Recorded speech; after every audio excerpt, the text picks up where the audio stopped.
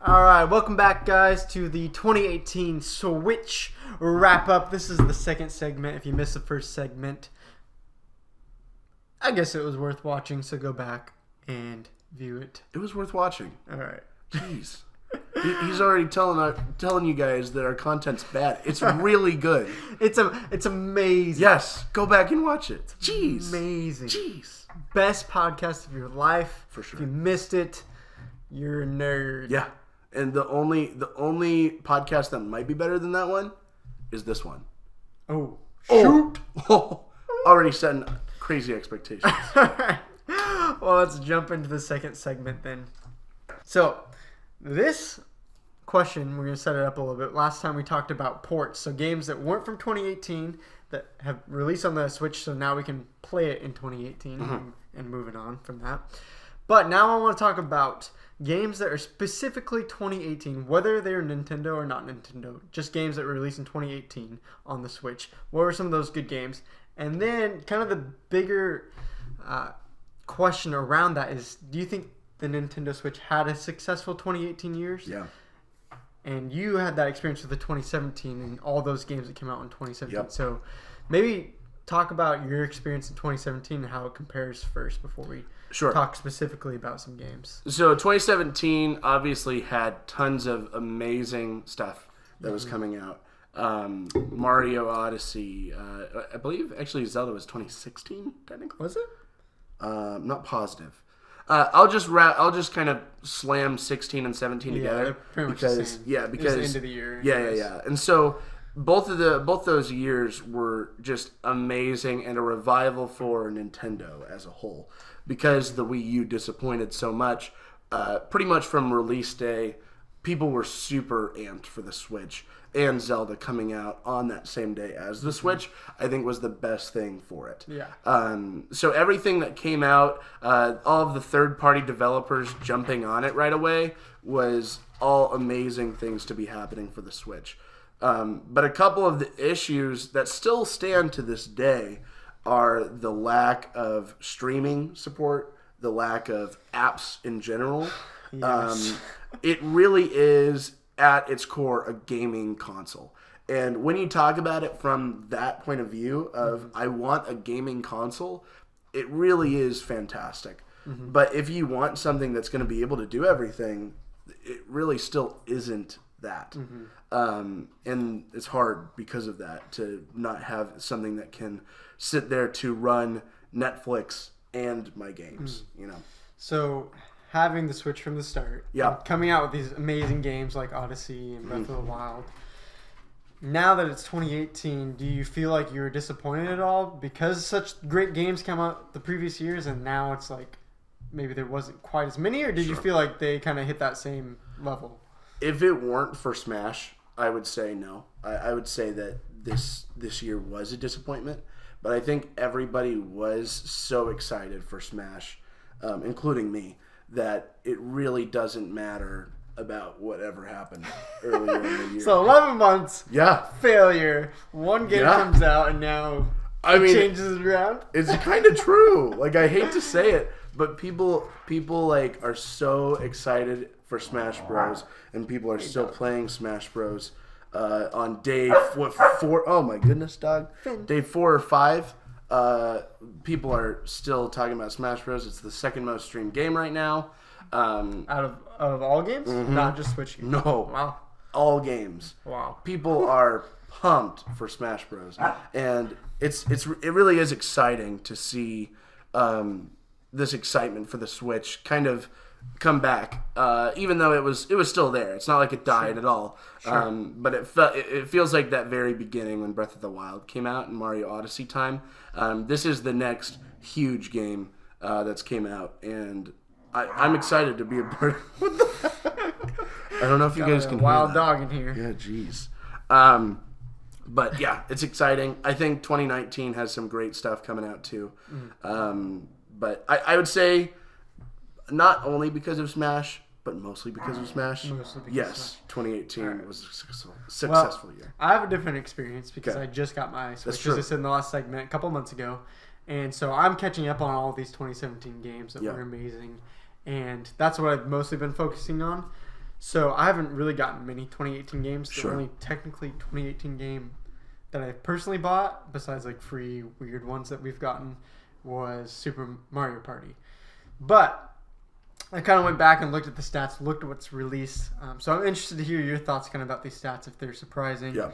exciting to you, disappointing. I don't know. So by my count, Metacritic games only. So Yep. games that have, I think it's either 4 or 7 critics that have reviewed the game. Because if you don't do that, you and I have played some games that have been given to us for free that are absolutely garbage, and sometimes anything can get put on the Switch or the PC. Yep. So I've tried to narrow it down to just known games that actually have a Metacritic score. 489 games came out this year on the Switch with that. However, when I went through the top 100 of those, 46% of those were 2018 games. Okay. So the rest were ports. So in my estimation, that would give us about 225 actual 2018 games, not just ported over. That's still insane. That's Still a lot. Huge number. In comparison, I kind of went through Steam and kind of roughly estimated about 375 2018 games. Okay. So if you compare them, Switch is about getting 60% of the games that come out on PC. And I would say PC is probably the biggest library. Oh, sure. Which, again, if you don't count the Metacritic games, it's like Steam releases like 25 to 30 a day. It's absolutely ridiculous. So, we're seeing 60% of games that are coming out from the PC, or at least comparatively overall numbers. And to me, that number actually excites me because I don't think Nintendo's ever come close to that. Yeah. I mean, if you look at the Wii U, it was probably maybe 5 to 10% of the volume of Steam. I mean, it was probably absolutely abysmal in comparison. So the fact that we're getting 60% to me is exciting. But I don't know about you. Is that still disappointing that there's that big of a gap? Or is that a good thing, you think? I think that's great. There's nothing that I've seen.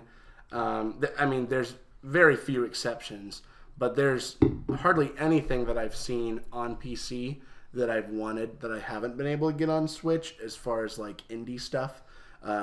Sure, there's stuff that's not been released like Red Dead or even Call of Duty was something I really wanted on there. Yeah. Most of those are just kind of developers being anal about we hate Nintendo still. Do you think it's the developer, or do you think the games couldn't be run on the Switch? Oh, I think they could be run. I mean, they got Skyrim on the Switch. I don't think that Skyrim's kind of old now, though. Yeah, but it's just such like a ginormous game. Right. I feel like especially there was a couple. There was a little bit of talks about Grand Theft Auto coming to the Switch, and I think when that happens, there has to stop being like this, oh, maybe it can't run it thing. That's been proven wrong in your mind, at least. Yeah. And they had Black Ops 2 on the Wii U. That's crazy to think about. Yeah. And if you can run something on the Wii U and Black Ops 1 was on the Wii, I mean, it might not be able to run it as well. Oh, but, of course not. But I think what I would really like is that portability of it. And I think it is possible. And maybe the piece of it that they didn't want to get out was that blackout mode for this Black Ops 4. Because it was such a big open world thing. But Fortnite's on here. And they didn't put out Call of Duty World War II either. So I'm guessing it's just the lack of EA thinking that... I think EA doesn't think that people on the Switch are going to want these games. And maybe they're right. I don't know. Yeah.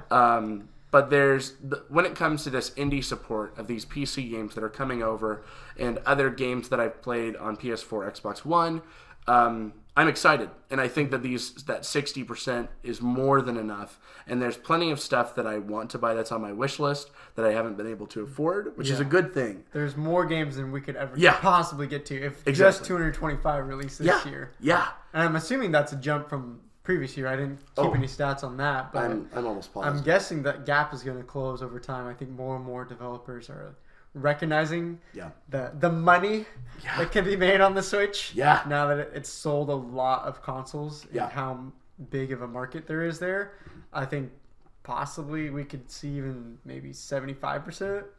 of the PC games, the volume coming out next year. And we talked a little bit on the last episode about Steam games going on sale and Nintendo games not. And I think Nintendo people are obviously they don't want to have to pay that much, but I think they will. But we're pretty much forced to. So. Yeah. And I think that helps developers a little bit because they put it on Switch, and I think most of them are able to charge that full price and expect that they're going to get that full price as well. I mean, we were just talking about our struggle last podcast. It's like you can either buy Don't Starve for $5 on PC, or you can take $20 and you can play it literally anywhere. So what if you have a Switch? Which one are you going to do? A lot of people. You're going to fork out that $20. So, I think there's a big market. I think it's going to keep growing. But another interesting stat real quick. 30 of the 2018 games that came out on the Switch made it to the top 100 list that I have based on Metacritic and user scores. So I thought that was kind of interesting. Yeah.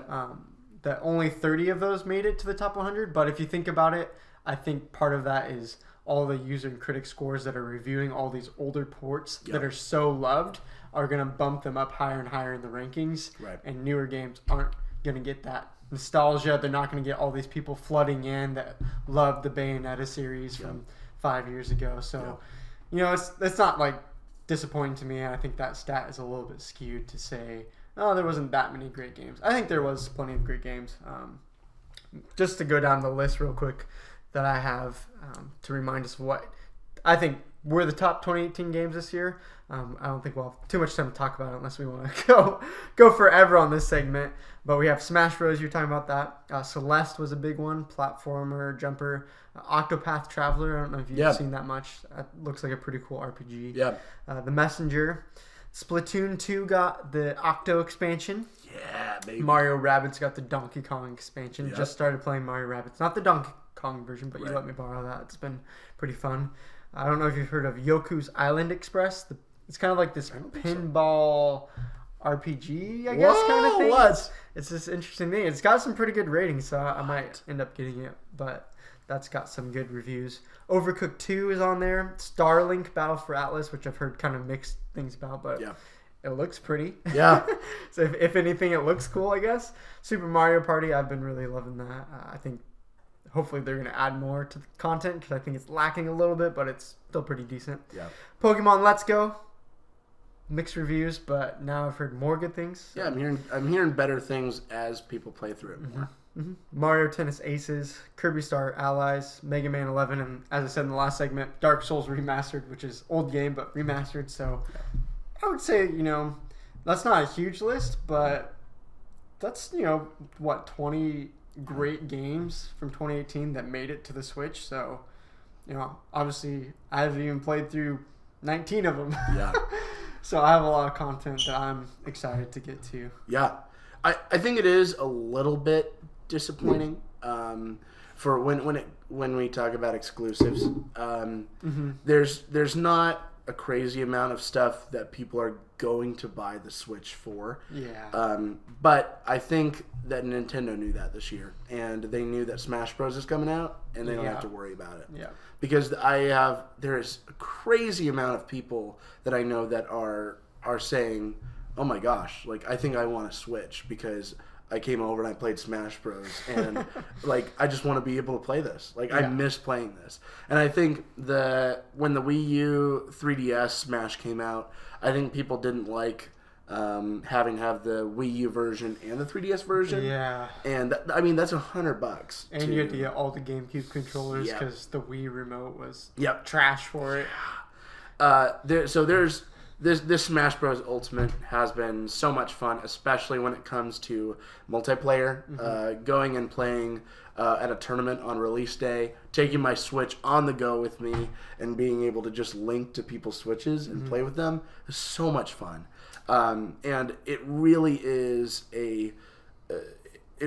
what's going to convince people to buy the Switch this year.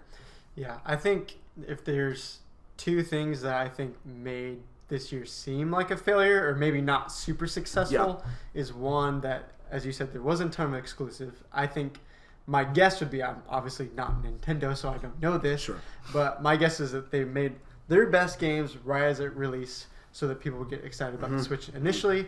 kind of recouped and let this year be more for third-party developers Yep. to kind of shine so that they can focus on 2019. Yeah. I'm hoping. Yeah. I'm hoping 2019 is more amazing with exclusives. And that's exciting. Yeah. It really is. And I think the second thing that makes it seem a little bit skewed is that they did wait till the holiday season for their two biggest games, Pokemon Let's Go and Smash. So it seems like, these games were only out for a couple of weeks, could really justify all of 2018 with that. When 10 months before that, what did we have? Mario Tennis Aces and Kirby Star Allies. So the fact that and they waited till Super Mario Party didn't come out till October. Yep. So they really loaded that holiday season, which I'm sure was intentional. I'm sure that's when everyone's buying their games. Sure. So I think that makes it seem a little skewed to make it seem like, wow, for so long they didn't do anything this year. Yeah. But I think overall, I'm happy to see the games that came out, and I would say that it's still a successful year for the Switch. Oh yeah, for sure. For me, I think the Switch solidified itself more as one of, if not the best Nintendo console. I mean, unless you're comparing it to like the old classic consoles, maybe some people would make arguments against that. But I don't know. That's a whole different generation, yeah. and that was when the video game age was being birthed. So I don't know if it's really fair comparison there. And that really is a whole nother conversation. Yeah. One I'd like to have at some point Yeah, too. we should make another podcast about that one day. That'd be interesting. But I'm very excited for what the Switch already has to offer and what it looks like it's continuing to offer going into 2019. I'm pumped for Animal Crossing. I'm pumped for there's something else I'm really looking forward to, but I haven't looked into it too much. yeah, I need to. man, I love Animal Crossing. Like I love so long. Was the last one you played GameCube? That was the last time I've touched Oh my it. It's been like goodness. a decade. Oh my goodness, it's so much fun. Man, I love like having to owe rent. I love playing life. I love doing chores. Isn't that awesome? That's my thing about Super Mario Party. Uh-huh. Is I want to make a video of like all the games that are pretty much just chores on there, and like do chores while I'm playing the chores. Yeah. Man, Nintendo's weird. It's weird how they make that stuff fun too. Yeah. Oh, it's great. Gosh. But anyways, we should wrap this segment up. Yep. I would say if you don't own a Switch, heavily consider one. I'm working on a video. I don't know when it'll come out, but to kind of discuss if you have a PC, if you have an Xbox or PS4, is it really worth getting just for the exclusives? Because maybe some of you guys don't care about taking it on the go, and you just leave it home anyways. So I'm gonna make a video about that eventually to give you guys more of an idea if the Switch is for you or not. Hopefully that will help. But I would say I'm loving it. Been loving this year of Switch. Excited for the 2019. And thank you guys for watching this segment. We'll see you in number 3, hopefully.